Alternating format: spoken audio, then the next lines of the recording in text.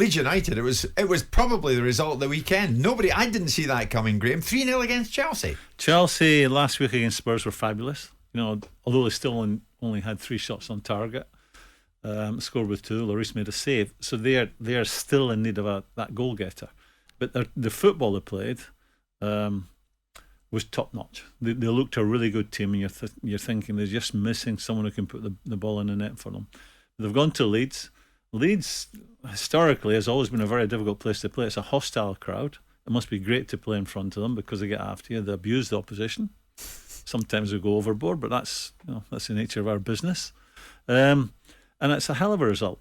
And the manager deserves credit. I think like most people in football, an American coming into our game will find life very, very difficult. Just the terminology they use and understanding what the Premier League's all about. But that result yesterday, maybe until yesterday he was living in the shadow of Bielsa. Maybe that's lifted somewhat now. Do you think so? Yes, at last. The results will do think that. This is the time we embrace this guy. It's not just talking. It's not. It's winning football matches. Yeah, they'll lift that shadow. Well, Peter Wilson, forgive us because we've spoken about Leeds, but we're going to go on to Chelsea, and Tuchel is taking us there. Thomas Tuchel, post-match, it wasn't so much about how well Leeds did in the day as far as Tuchel was concerned. It was more about his Chelsea. Have a listen to this. We scored an own goal and gave awfully cheap set piece away and conceded from a set piece. This has simply nothing to do with pressing, simply nothing to do with running less kilometers, and nothing to do with the style of Leeds. We should not confuse these things. We were able to cope that style. We were able to be the better team. We were able to be 1-2-0 ahead.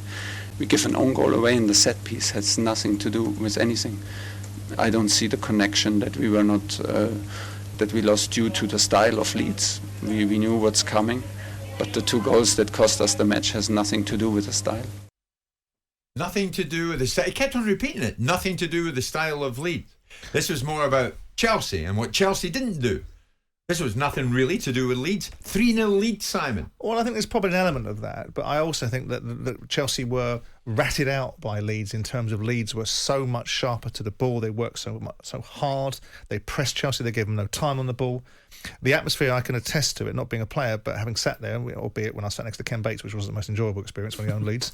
But the atmosphere at Ellen Road is one of the most hostile, intimidating environments you can go to. It's a big, proper football club, and the fans certainly know that. The goalkeeper was affected by the fans behind and getting him at it, got him nervous, got him jumpy.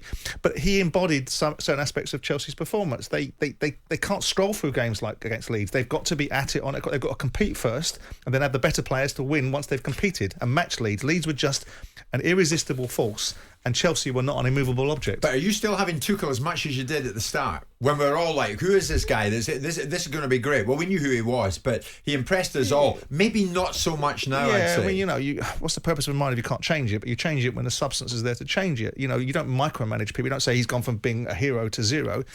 I don't like some of the observations he makes. I think a little bit whiny, but that's the football managers. That's what they do.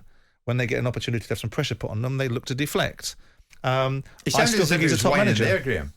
Yeah, I mean, you find that football managers are 2 different people. When you win, you're an open book and you want to talk to everyone. Your interview on the telly is different. Yeah, you can't get them off the camera. I was the exact same. But when you lose, you become everyone's the enemy and you withdraw. So you're seeing the other side of Tuchel. I mean, it's as simple as that. 2 different people win and lose. I must admit there are bizarre excuses and bizarre excuses, and then Tuchel gets into a territory. I think, Graeme, have you ever done this when people go, "What, really? That's possibly part of why you didn't do well at Elland Road"? He then goes on to say, "Yeah, but there were also extenuating circumstances. I mean, we and the rest of the team flew up there, but the coaching staff, they couldn't fly." Listen to this. Yeah, started yesterday. We had no plane to fly, so we arrived with a bus. So obviously continued today.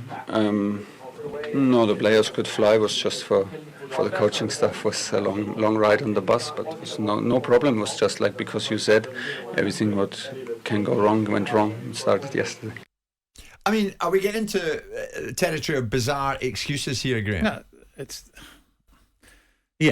mean, it's not a reason. It's not a factor. So what if they were to go up on a bus. I'm sure it's a 5-star bus with a drinks machine and a microwave and everything else you'd want. And Leeds to London, isn't it? What is it? 3 hours? It's nonsense. It's nonsense. Not that's. So why say it? I have no idea. I have no idea, because the only people that really matter on match day are the players. It's not the manager. It's not the coaching staff. It's the players making sure they've rested properly, they've travelled properly, they've rested properly. They get there on time, so nothing's rushed actually in the stadium that you're playing in. Do you think you regret saying it? Yeah, I think so. Did you regret it on a Monday morning? Yeah, well, lots of stuff. The hell was I going on about that? Yeah, lots of stuff. But it doesn't make any sense. That it doesn't really matter what mode of transport the coaching staff use. Not at all. But it's probably there's an element of deflection in there, because there were parts of that game that, I mean, he didn't want to talk about Conor Gallagher because the question was asked about Conor Gallagher. He didn't want to get into that. We didn't want to talk about an individual performance. And Chelsea, at this moment in time, have got a whole litany of reasons why they're not in nick. They've got an owner that's far too busy buying far too many players, which I'm assuming the manager wants, but notwithstanding that, that's the reasons why Chelsea aren't together. And you're not having that, are you? Bully spending. I think we'll talk about other subjects where deflection maybe has come into play, but when managers most sensible managers, and I don't agree with Graeme that people should be able to adopt a different persona when they win and lose. I'm in the Rudyard Kipling mentality. That's a fact, Sam. It is a fact. It may be a fact, but it doesn't make it right, Gray. But if you're in a good mood, you're a different person to around the house, I'm sure. But leaders lead, Graeme. And when you're in a situation where you have an opportunity to be able to show your strength, you don't start whining. And you football managers sometimes sat there and make excuses for a situation. When everyone can kiss the first baby when they've won. It's about how strong you are when you lose. That's the place that I disagree with you on.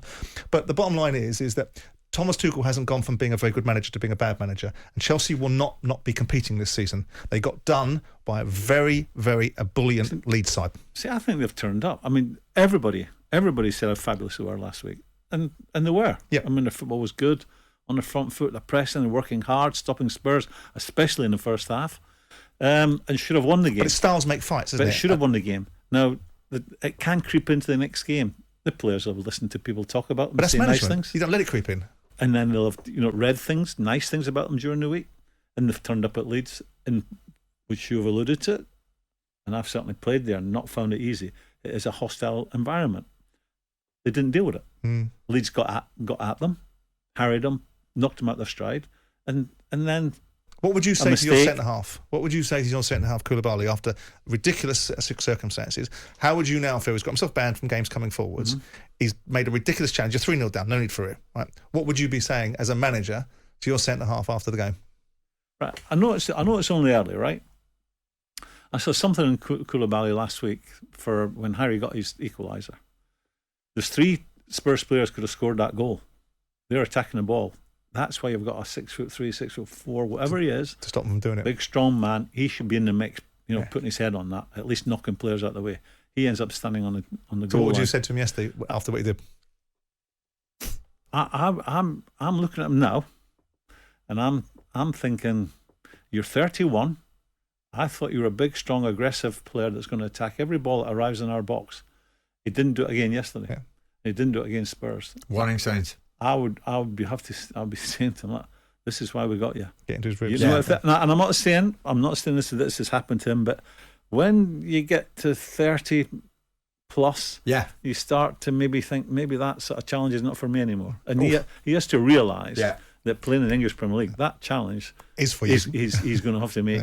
Well, every of course, single Saturday. He was a significant purchase for them, and it begs the question: why is Todd Bowley's summer raid not quite clicking for Chelsea on the pitch so far this season? Chelsea fans, you're concerned. Of course, you're concerned, but what do you do about it? More importantly, what does Tuchel and Bowley do about it? 03717 223344 81089. Incredibly, we're half an hour in. It's 10:30. Jim White and Simon Jordan.